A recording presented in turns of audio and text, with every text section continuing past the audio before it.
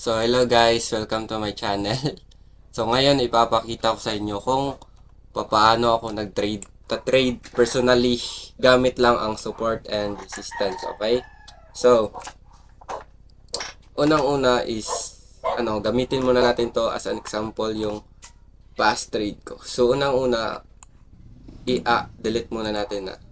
So, unang-una identify muna natin yung trend. Okay, gamit yung trend lines natin.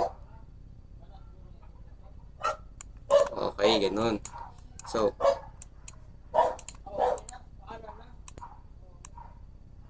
as you can see, pa-downtrend siya, 'di ba? Pa-downtrend siya.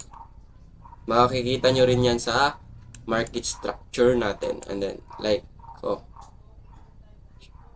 lower highs, lower lows, lower lows, lower highs, lower lows, lower highs, lower lows, lower highs. So, nagpapakita siya ng downtrend, 'di ba? So, paano tayo naghahanap ng support and resistance? So, simple lang, ganito lang. So, simple lang, ganito lang. So nakikita nyo guys, like, it break na. Bumaba siya, tumaas, bumaba, tumaas, bumaba, tumaas, bumaba, tumaas, bumaba. Ganun. So, ganito siya. So, dito, maglalagay tayo ng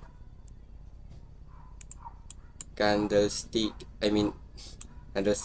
ng support, ng resistance area. So, sorry.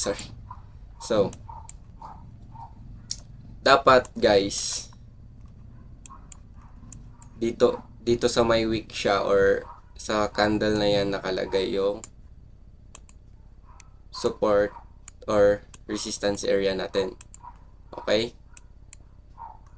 Kasi kadalasan dyan nagre-reverse yung market. Okay guys, okay?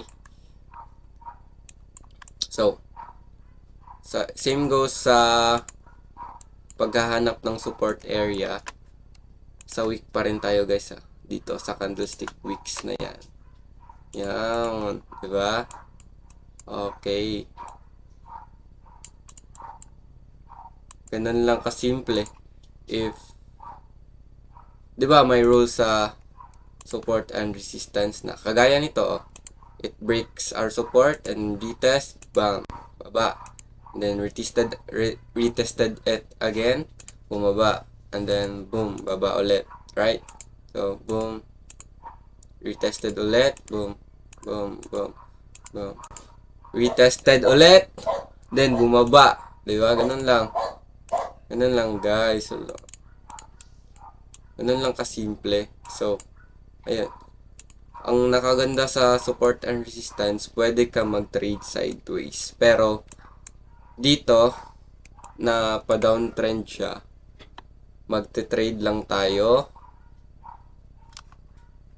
ng pasel. Pasel lang talaga tayo, guys. Kasi downtrend diba? Downtrend nga, diba? So, dito, mag-move ka sa 15 minutes or 5 minutes as confirmation. Maghahanap ka doon ng mga reversals na bababa na siya. Okay? Ganun lang kasimple guys. So, ngayon maghahanap ulit tayo ng another example. So, saan kaya GBUT? Wala pa.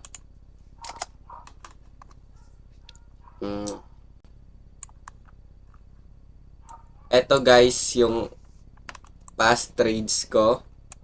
Then, last week lang din. So, ngayon, gagamitin natin to as an example, okay?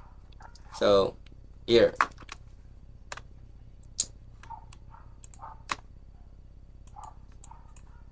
Delete muna natin yung drawings natin para ma-explain ko sa inyo kung paano ko talaga ginagawa. So, ayun. So, as ngayon, nakikita nyo, nasa 4 hours, move tayo sa daily para mas makita talaga natin. Okay? So, sa nakikita nyo guys, may lower lows, lower highs, lower lows, lower highs, lower lows, lower highs, lower lows, lower highs siya, di ba? So, nagpapakita siya ng pa-downtrend. Okay? So, para dagdag confirmation, draw tayo ng trend lines, okay? Yun. So, same goes kanina, maghahanap tayo ng support and resistance, di ba? So, let's draw. Sige, dito man tayo. So, let's draw this here. Same goes kanina pa rin. Sa wicks pa rin. Okay? And then, yun. Sa nakikita nyo, wait lang. Explain ko sa inyo to. Okay.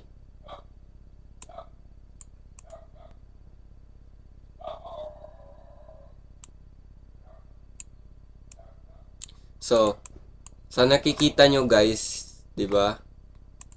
Simple rule ng support and resistance. So, if the support breaks, it becomes resistance. And so, sa nakikita nyo, na-break niya yung support and then naging resistance again. And nag-retest siya, then bumaba. And then nag-retest ulit and bumaba. Ganun lang guys. Ganun lang kasimple. So, kung mag-entry ka dito, tas dito yung ano mo, let's say 300 pips lang. Diyan yung stop loss mo. 'Di ba? Nag-profit ka na, 'di ba? Ano lang kasimple. So, ganun lang kasimple guys. So, dito draw na naman tayo ulit para mas maintindihan talaga. Okay? So, resistance area dito kasi na-break niya. And then, ayun. And then, maghahanap tayo ng reversals dito. Napababa na talaga siya. And then, let's move it to 300 pips ulit. Okay. Stop loss 60 o kung ano gaano ka laki yung kung gaano kayo mag-risk, kung magkano lang i-risk nyo. Diba? Ganun lang kasimple guys. Ganun lang kasimple mag-trade. Magkakapera ka na using just support and resistance. Dakip ka na ng 300 pips. So, kita nyo naman, diba? 300 pips sa simple. Kita nyo naman dun sa past trades ko, diba? Dito. Ganun lang guys. Normal lang matalo. Okay, normal lang matalo. Dapat consistent ka. Kasi sa dito, kung matatalo ka man ng let's say 1:2 ratio mo, 'di ba? Kung matatalo ka ng 3 beses, 2 panalo, profit ka pa rin, 'di ba? Ganun lang, guys. Ganun lang kasimple, okay? So, thank you sa panonood. Bye-bye.